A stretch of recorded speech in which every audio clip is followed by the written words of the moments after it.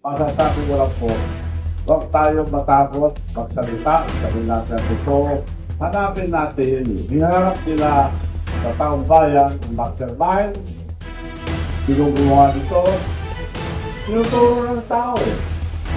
Bakit tayo ngayon? Ang tiyawa, siguro ito, siguro, kasama to. Diyalas lang rin tayo magdaman na. At, di ba ginamit? Sino ba ginamit? Contractor, engineer. Mga engineer, hindi gagawa yan. Hindi ko sa kanila.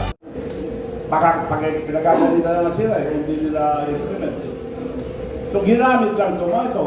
Paano na yung mga nakinabang? Hindi niya sinabi. Sino mga nakinabang? Nasa yung mga nakinabang? Nakalilis sa ibang bansa. Hindi niya minimension. Dinensyon lang yung pinsang buo niya. Nakaranta na. There was a time na ating mga president ay humarap din sa paglilitis. So tingin nyo si President Marcos ay haharap din sa paglilitis sa mga bagay na hindi pa napapatunayan? Lilitisin. Makukulong yun kung lilitisin. Palagay ko. So hindi na... Alam mo, ang ating bansa, kaya magulo, nawala na yung mga real opposition.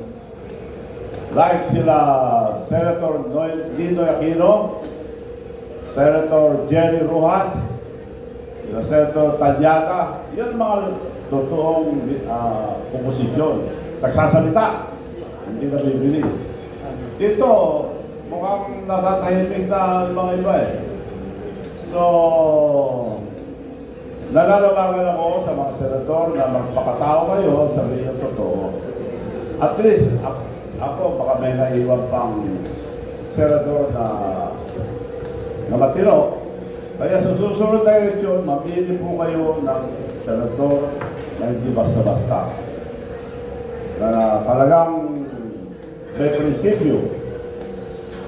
So ano nangyari? Wala nang sasalita. Pakukulong kayo. May mga bagay mo ba na dapat malaman ng ating taong bayan na ang inyong mga information na dapat makarating din sa kanila na hindi namin alam? Marami. Pero mahirap naman sabihin lahat dito. Amen. Pero may mga tanong ng ating mga media ngayon. No? So, ibigay natin ang ating mga kaibigan dito sa ating mga media outlets. You can have your 2 questions. Kindly state your name and kung anong broadcast agency o radio station yung question ninyo or manong. Ayan. Ready ko lang manong. Hello, good afternoon po, Governor Chavi. Singin niyo po from Hataw. Sir, tanong ko lang po, maraming investigasyon na gaganap ngayon about corruption, blood control mess, sa Senado, sa Congress, sa Ombudsman, sa ICI. Sa tingin niyo, alin ba rito ang makatotohanan at totoo talagang investigasyon? O meron ba? Kung gobyerno mag-iimbestiga, hindi masusulba yan dahil sila problema eh. Sila problema paano na-imbestigan sa sarili nila.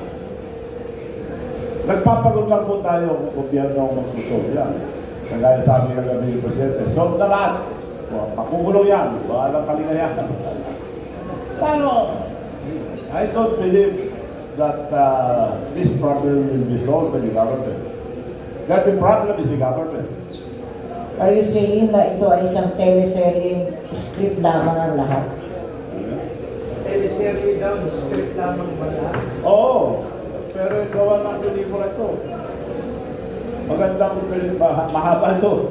Pero sino kaya nag-finance ng movie na yan? Marami ang pelikula na yan. Gagawin mo. Follow-up question, okay na? Alright.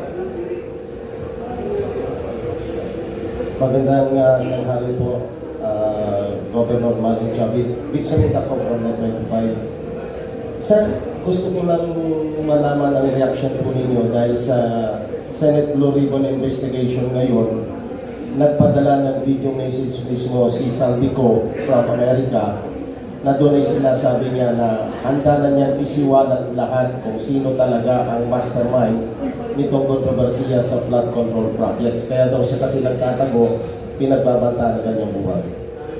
Totoo yan. Totoo yan. Maganda yan. Depende kung anong ituturo niya.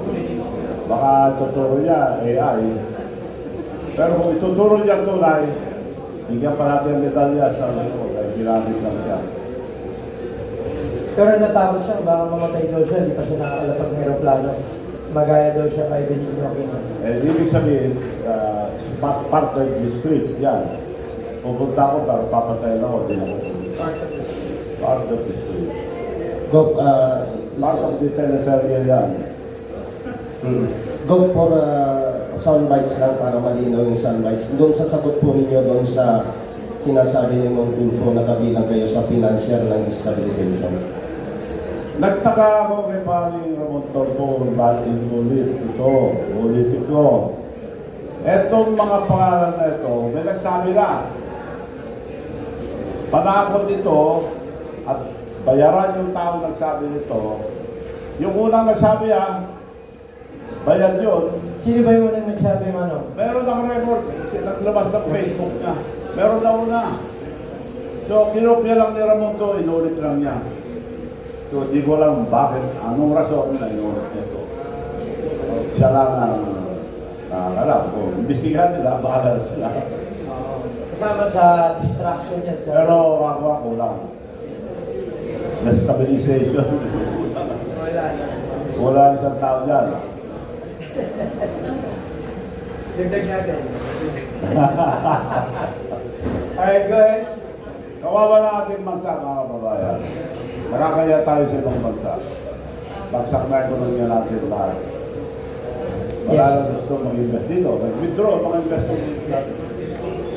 Good afternoon po, Gov.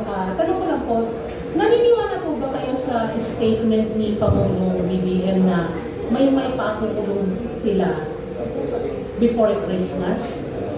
Naniniwala ba daw kayo na may makukulong? Well, kung ikukulong nila yung mga maliliit, mas ikulong nila lahat, wala yun.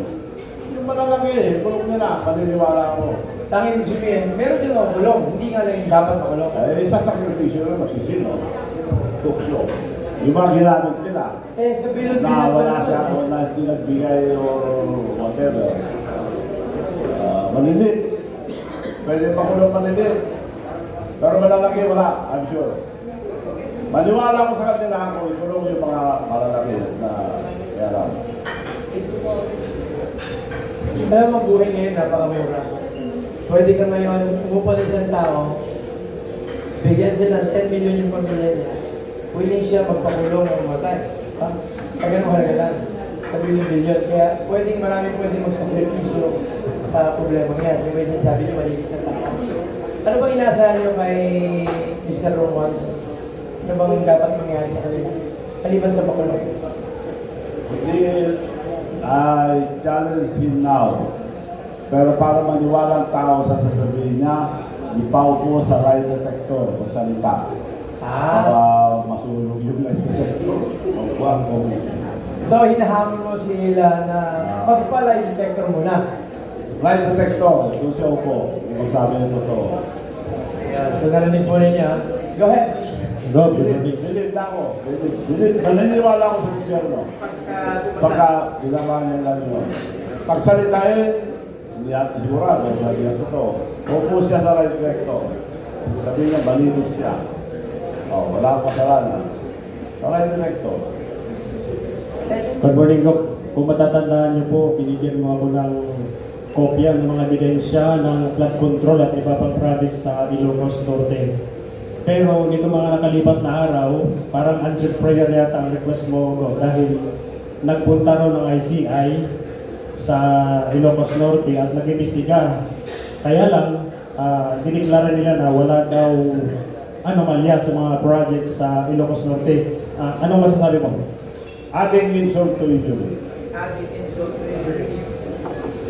Aapat ang pinuntahan, mahigit kulang-kulang 200 ang flood control sa Ilocos Norte. Apat lang. Pero yung mga apat, may mga diferensya kunti lang. Bago gawa nga yung mga iba eh. Pero meron akong ebidensya na kinunan sa mga ibang lugar. Puro sira-sira. Ganun ba mag-imbestiga? more than less than 200 project. Apat na pinunta. Sandali lang doon. Sandali lang sila. Walang balis na. Tapos, walang blood control.